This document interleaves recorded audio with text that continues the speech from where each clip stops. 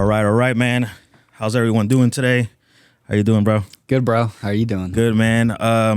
Episode 1 of The Closing Chamber, and we have a really special guest, a good friend of mine, Logan Haskett, or AKA Logan Invest. How you doing, man? How's everything going? Doing good, brother. Everything's going good, man. Man, I appreciate you being on this podcast today with me. Yeah, appreciate you having me on. Been friends for a cool minute. Actually, he helped out put the podcast room together. Yep. So, big shout out to that, bro. So, man, just a quick, little introduction on this podcast. So, we're going to be talking about is just your story, and then also, I want to know about your closing, like your first ever closing. Yeah. You know, I just think it's something that a lot of people don't talk about. Because I think it's kind of like something that's gonna stick in your life forever, right? Like, you know, what led up to the closing and all this, and like, what were you feeling that day? You know, we buy our first houses, but I feel like buying our first investment deal is a totally different feel. For sure. You know? Yeah. So, so first, tell us about yourself, man. What's your story? Yeah. So, 26 years old, entrepreneur. Originally from Kansas City, Missouri. Yeah. Moved here when I was 18 to go to school. So I went to OSU IT down in Okmulgee, and I went to get a degree to become an HVAC technician. So really, because at that point in my life, I won't get into my entire life story, but didn't really know which direction to go, and you know, my alternative was trades. You know, my dad was a farm boy, so kind of like always that mentality. Right. So looked into like the trades, what's the highest paying one? HVAC. All right, let's do that. That sounds cool. So did that. Got a job at the good job at was a commercial HVAC tech for Lennox, which is one of the biggest companies in the industry, and found out really fast that I'm not an employable person. Yeah. I was on, roofs all day. It's 110 degrees outside. And, I just kept thinking like, the owner of Lennox is on a yacht somewhere right now. And I'm out here busting my ass. Making him money. Yeah. And, to be honest, from the employee standpoint, I was probably one of the best employees. I'm a driven person. I was always the first one there. Worked hard, all that. But I recognized, this isn't what I want my life to look like. So I started looking into real estate, and I looked into real estate because I had read the book, The Art of the Deal by Donald Trump when I was in high school. And it kind of blew my mind. Like, I didn't know how I was going to get there.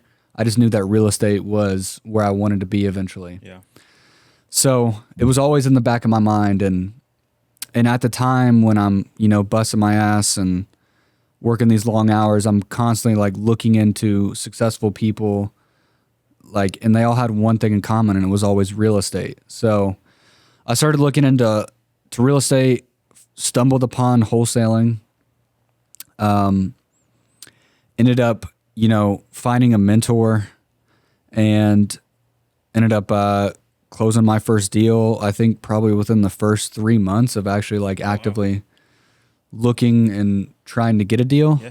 And it was funny, bro, because, I don't like to admit that I was a liar, but it was just part of it. But I worked, if anybody knows anything about HVAC in the summers, bro, you're working all damn day, like till 8 p.m. Nonstop. Yeah, nonstop.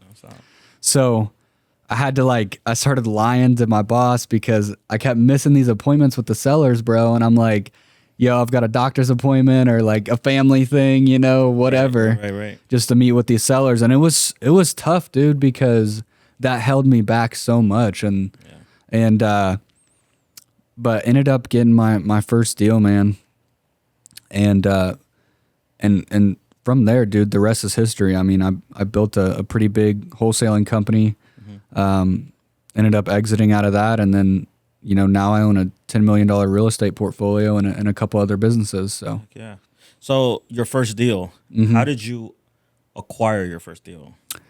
Yeah. So, and this is a good tip for anybody listening. Yeah. Give them tips, man. Yeah. when I say that I told everyone that I was investing in real estate, I told fucking everyone. And I'll tell you, this is the funniest story because people always ask me like, how do you get more deals, more customers, whatever. It's all about talking to people, dude. Yeah. Like word of mouth is still the best marketing out there by far. It just is. I know people that run giant companies, they don't even do marketing. You know, Tesla doesn't spend any money on marketing. Yeah, they don't need to. They don't need to. It's a brand. It's a brand. Yeah. So my first deal actually came from a chick that I was dating at the time. Her dad had told someone that I was investing in real estate or trying to or whatever.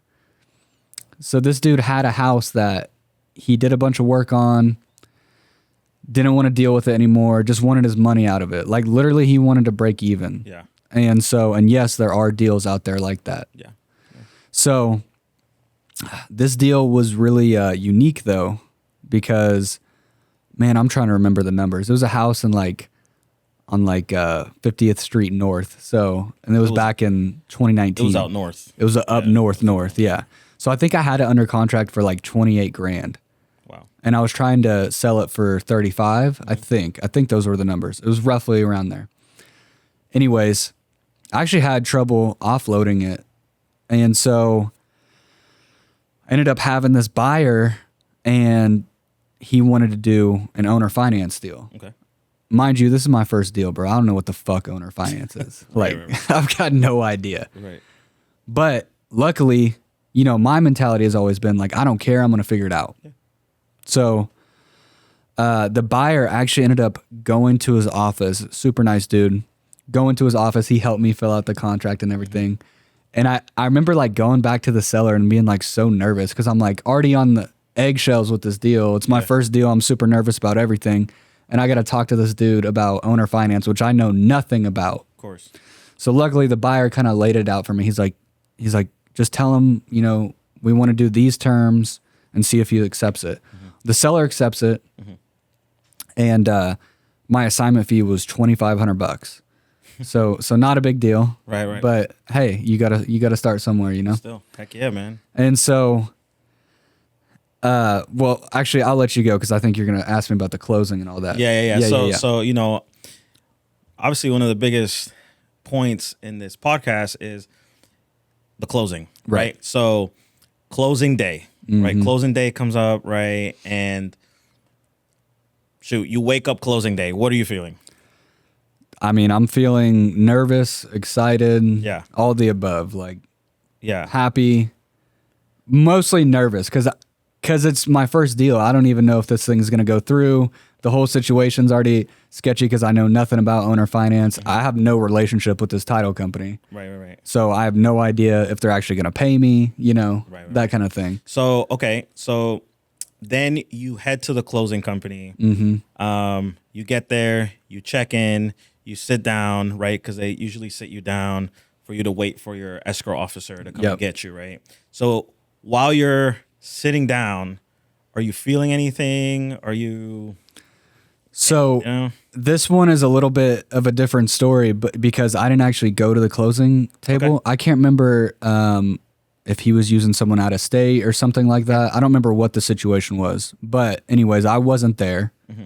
And I remembered the whole time, like I'm kind of just communicating with the buyer and seller. Didn't have any relationship with the title company. So at one point it had closed and I'm like, what the fuck? Like, what, like, what am I going to get paid? Like, exactly. Did this dude like screw me over? Yeah. And so I'm like calling the buyer and I'm like, yo, what's going on? Like, and he's like, oh, we closed. They said that they were going to wire you your funds. And I'm like, bro, like what? Like, I don't. Did you even give wiring instructions? No, so I had to call the title company, give them my bank account info. And I like sat there in a parking lot, like refreshing my bank account. Waiting for it to come in. Yeah. It usually takes a couple hours. Exactly. Right? Yeah. And so eventually the wire hit and the buyer, like he was a cool dude. And, but he was kind of poking fun at me. He's like, I know you were nervous as shit. Like you thought I did something, huh? And I'm like, yeah, I did. I thought you did something. I thought you screwed me over. You were going to pay me. Yeah. But something that I want to add to the story is when the wire hit, I called my dad to tell him. And my dad was all pumped up for me. And I was kind of like, yeah, but like, you know, it's only $2,500. And my dad said something to me that I'll never forget. He said, you realize that 99% of Americans never make a $2,500 sale. And I was like, damn. Yeah, you're right. And so I want to point that out to people because on social media these days, all you see is the highlight reel, whatever bullshit. Dude, if you can make that first sale and prove that it's real, that you can do something for yourself, by you, for you, whatever, that's all you need. Because that one deal proved to me that I could do this for a living. Then the next time it's going to be 25,000 and exactly 250,000. Yeah. So yeah, man, that's a pretty important point. I mean, you know, I know me being around wholesaling and investing. Man, I can't tell you how many people, teach me how to do it. And so, you know, you teach them and they try over and over and over and they just can't land that first deal. Yep. You know, sometimes it almost feels like it's like a destiny thing, right? Yeah. You're destined to be an investor. You're destined to be in real estate. And then when you see other people, you're like, man, but I taught them the same things I know. You know, so what is it that's different? Why can't they land the deal like I landed it? You know, so yeah, it feels pretty good when you. I talked about this just real quick because I touched on this morning with a group that I run for men, women, whatever. It's just we have a group called Modify the Populace, and one thing I talked about today was a lot of people can't make a sale because they bring emotions to the table, and humans can smell emotions on other humans. And what I said was, I don't care if the deal you're trying to sell, whatever it is, doesn't have to be real estate. It could be anything. It could be a roof you're trying to sell, whatever. I don't care if your fucking life depends on it. If you're about to get your car repoed, if you're about to lose your house, if you're about to have to tell your wife, look, I can't make the mortgage payment this month unless I make this sale. You do not bring emotions. You leave your fucking ego at the door. That's right. And on the flip side to that, I don't care if this deal is about to make you $1 million fucking dollars. I don't care if it's going to change your family tree forever because it's such a big deal. You do not bring excitement, joy, happiness, anything. You have to think neutrally in a sale because let's think about both scenarios, right? Right. If I'm about to lose my house and I got to go face to face with my wife and tell her, hey, we're losing the house if I don't make this sale. How desperate am I going to come off to that person that I'm trying to sell? Bro, it's super desperate. Super desperate. Your life is depending pretty much on it, right? People hate desperation. Yep. Now, on the flip side, if I'm coming in this deal, I just landed, bro, this dude about to change my life. Like, my family's good forever. And I'm fucking amped up. I'm excited. What is that dude going to think when I'm all excited? That I somehow fucked him over. And he might not be able to pinpoint it, but that's what he's thinking. Good. You got the too deal good was of a deal. Exactly. Yeah. Exactly.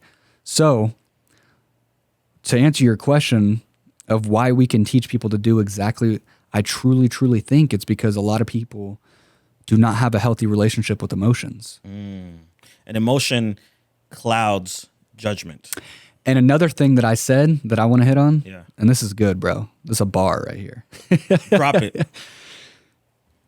We hear the saying all the time, this business is my baby. That's the dumbest fucking thing I've ever heard. A baby is something that you make with another human being out of what? Emotion. We don't bring emotion into a business. That is not your baby. They are two completely different things. Yeah. I got to add a beat to that bar, bro, because that was, I mean, yeah. I mean, we hear it over and over. Oh, that's my baby. That's my baby. My business is my baby. Yeah. And you're right. A baby is made out of emotion. Yep. When you see a baby, you get you feel some type of emotion. Exactly. You know, even if you call somebody baby, right? Like your wife or something, baby, it's something that you're calling her out of emotion. Yep. Right? Because her real name, like your wife is Lauren. Yep. Hey, Lauren, you know, but you're calling her baby because it's an emotion that's coming out of you. Exactly. And what's the first thing you think of? A freaking baby, right? Yep. So, man, that's a great point, man. Yeah. That's a great point. So, yeah, man. So I want to know what's next for Logan Invest, man. Like what do you see in the future? Where do you see yourself? Yeah. Tell me about that. Yeah, dude. I see myself as a person. I actually just made a post about this right before I came on this podcast. I had like kind of a And if they want to see the post, where do they need to go to see the post? Hey, just look up Logan Haskett on any social media. I'll pop up. There you go. So I know God put me here to do great things. Yes, amen.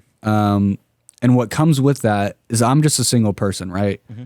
But in today's world, we're allowed to give off a way bigger ripple effect than just us. Right. So what's next for me, man? I'm here to change lives. I don't only mean the business shit, dude. Like, cause at the end of the day, like, yeah, that stuff is important. Don't get me wrong. I talk about it all the time. But what's really important, dude, is being the best dad possible, having the best relationship with God, being the best partner, building the best relationships with you as a friend, you know? So I'm kind of sick and tired of people like glazing over the fact of, hey, how are you doing? Oh, I'm good, man. No. The next time you ask someone that, hey, how are you doing, bro? Right. What is going on? Right. Because you never know what someone else is actually going through in that current moment, because we've created such this like blanket statement and question, and that's not what relationships are about. No. So what's next for me, dude, is changing lives, bro. Like in all aspects of life. Yeah. It's not just the money. No. I'm gonna make people rich, but I'm gonna make them really rich. Right.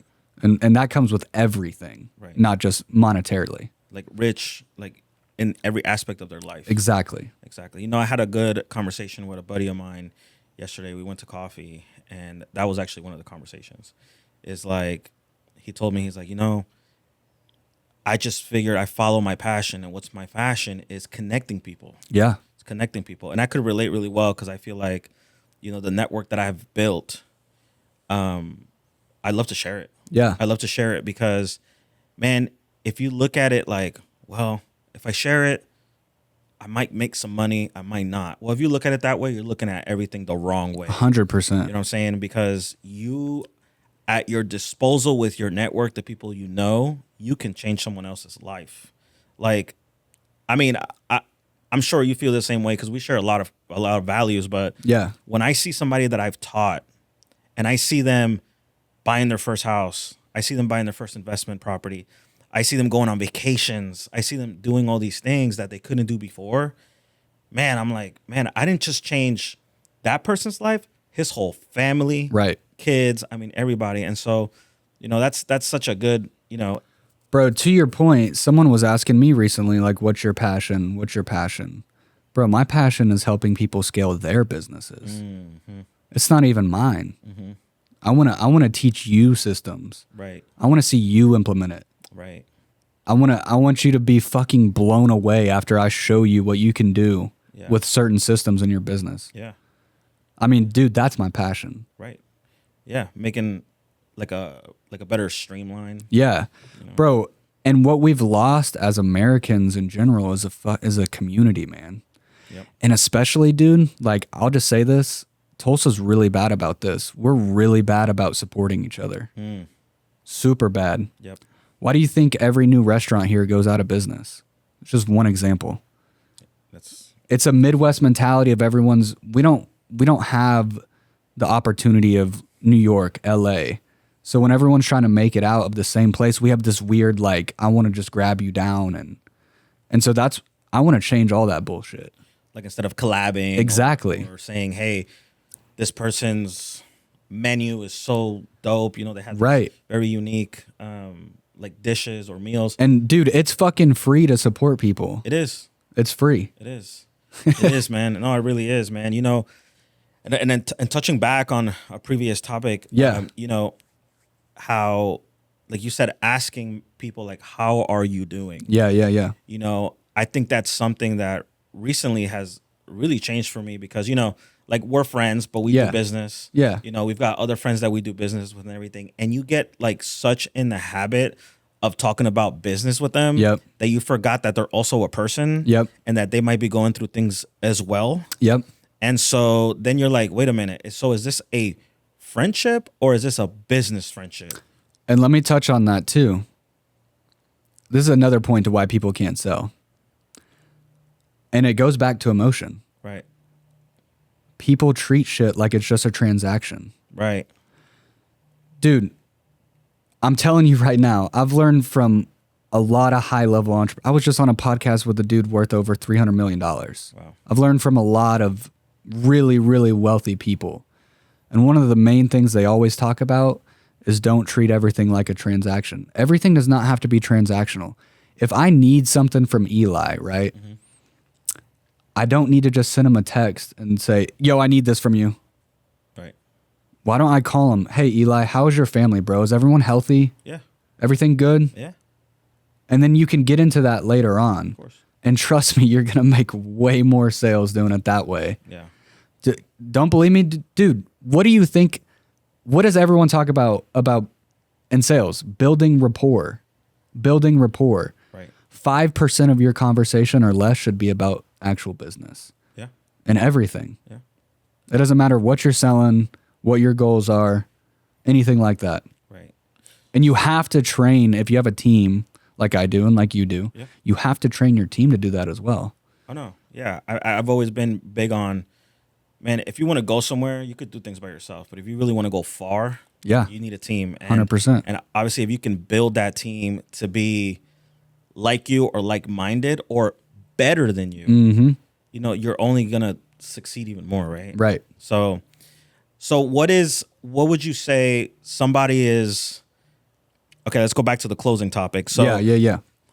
If somebody's having their first closing, mm-hmm. right? Do you have any advice for someone leading up to their first closing? Yeah, I would say build a solid relationship with your title company. Yeah. Have trust in them. Right. You have to have trust in them because the title company is the people who handles the funds. Right. And that's your payday. That's your payday. That's the key to the deal. Yeah. It's a numbers game. So you got to make sure your numbers are correct. So you have to always have that trust in the person. They're also the people that handle all the loan documents, everything. The whole transaction. Yeah.